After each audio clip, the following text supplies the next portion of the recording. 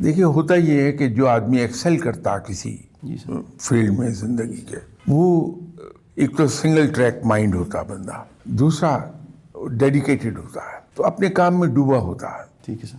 اس process میں اس کی زندگی کے دوسرے پہلو سب کے سب اگنور ہو جاتے ہیں. یہاں پہ انسان کو ایک بیلنس قائم کرنا چاہیے. جی سر. میں اکثر بیشتر ایک ایگزامپل دیا کرتا ہوں کہ آپ صلی اللہ علیہ وسلم اللہ کے آخری نبی تھے، آخری پیغمبر تھے، آخری رسول تھے. لیکن اگر ہم ذرا سے غور سے دیکھیں آپ صلی اللہ علیہ وسلم کی زندگی کو، تو کسی پہلو سے کہیں کمی نہیں نظر آئی. تو ایک چیز نظر آتی کہ آپ صلی اللہ علیہ وسلم نے اتنا اپہل ٹاسک ہونے کے باوجود اپنے دن کو، جو 24 گھنٹے کا دن، اسے 3 حصوں میں تقسیم کیا ہوا تھا. کہ پہلے 8 گھنٹے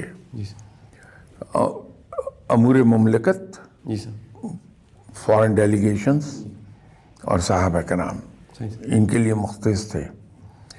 اس سے اگلے 8 گھنٹے فیملی لائف کے لیے مختص تھے، اور اس سے اگلے 8 گھنٹے آرام کے اور عبادات کے تھے.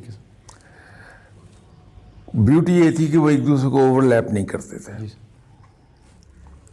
جو ٹائم ہے جس چیز کا ہے وہی ہو رہی ہوتی تھی. تو یہ ایک بہت خوبصورت ایگزامپل ہے ان لوگوں کے لیے جو زندگی کی دوڑ میں آئے ہوئے ہیں اور وہ اوپر چڑھنے کی کوشش کر رہے ہیں.